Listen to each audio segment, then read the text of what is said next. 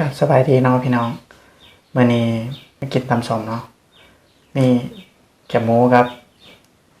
ตำตีนไก่เด้อพี่น้องเด้อมาลงมากินน้ำกันได้บอกว่าได้ยายห่างเนาะ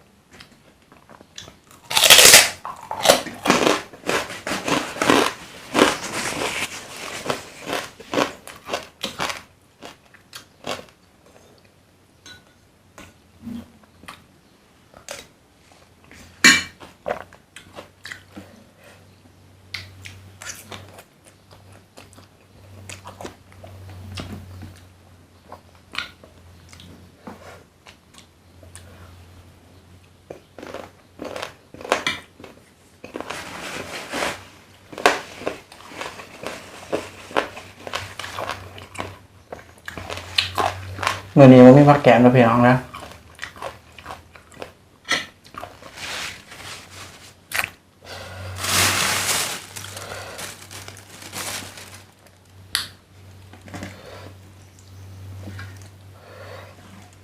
เอาคำใหญ่ๆได้อยากกินกันแหนม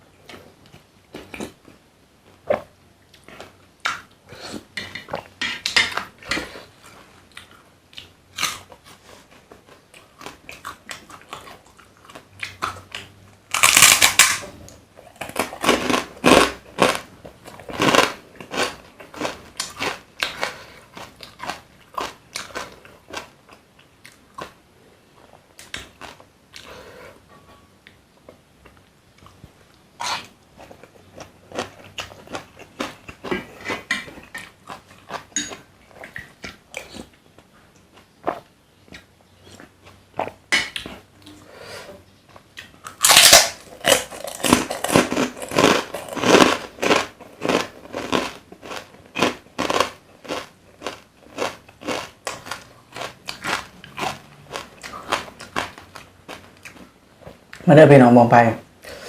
กินตำส้มกัน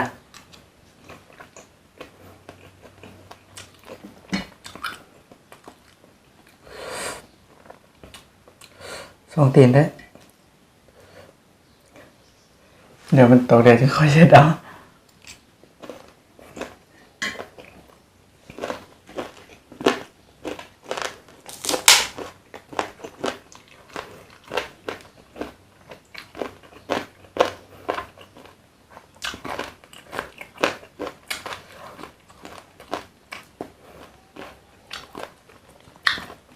ก็ใส่มือได้เพียงโอเครู้สึกว่าใส่บวงมันหมดสะใจ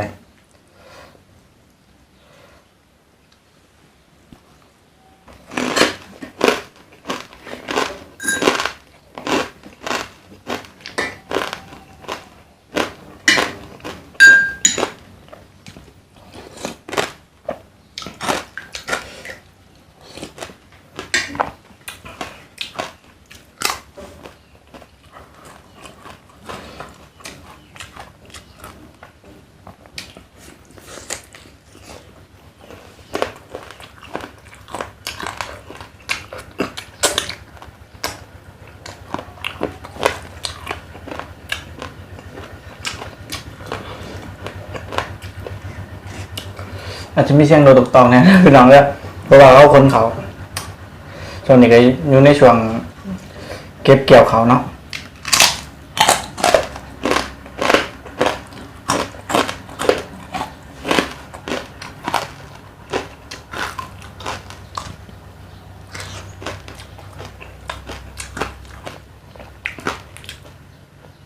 ใส่บวงบ่มากใส่มือ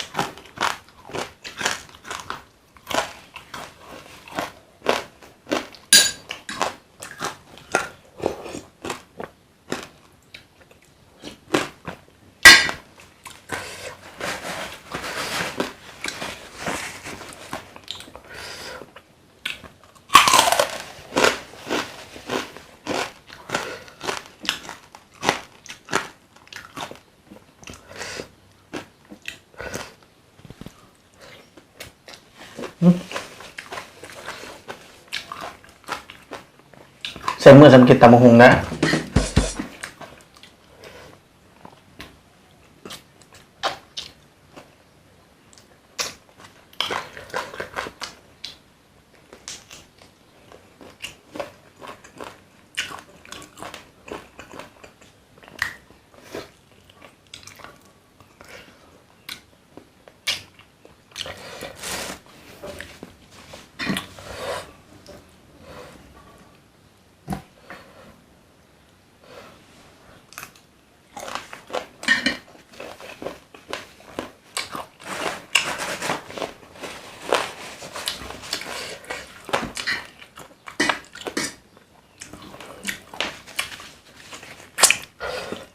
นี่สิใส่มือนี่ใส่บวงได้ควบคู่กันไป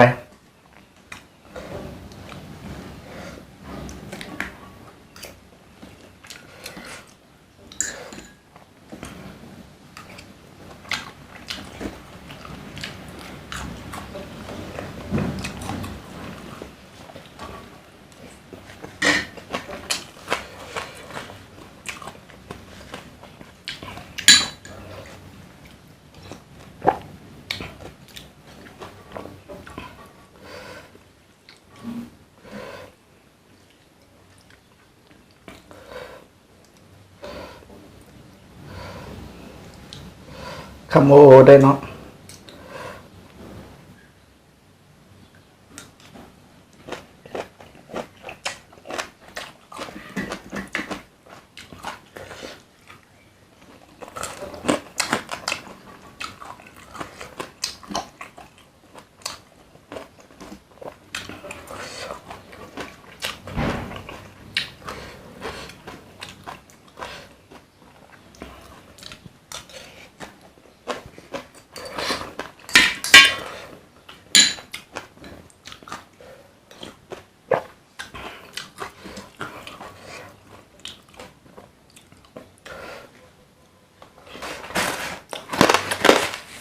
ที่มากินขี้หิน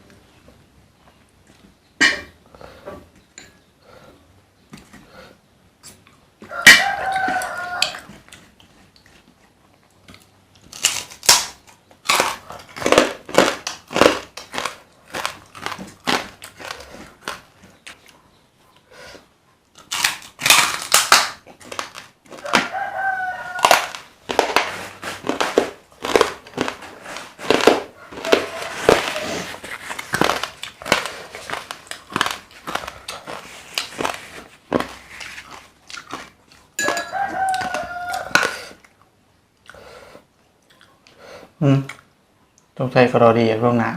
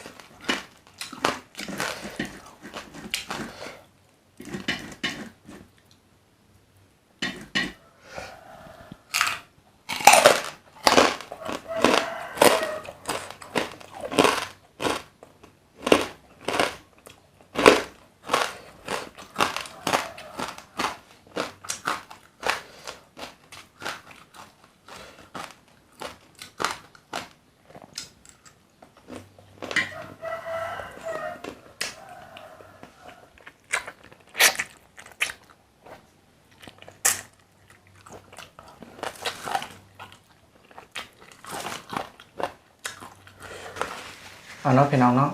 เขาจบคลิปแต่เพียงเท่านี้เนาะไว้เจอกันคลิปหน้าคลิปนี้ขอกล่าวคำว่าขอบใจ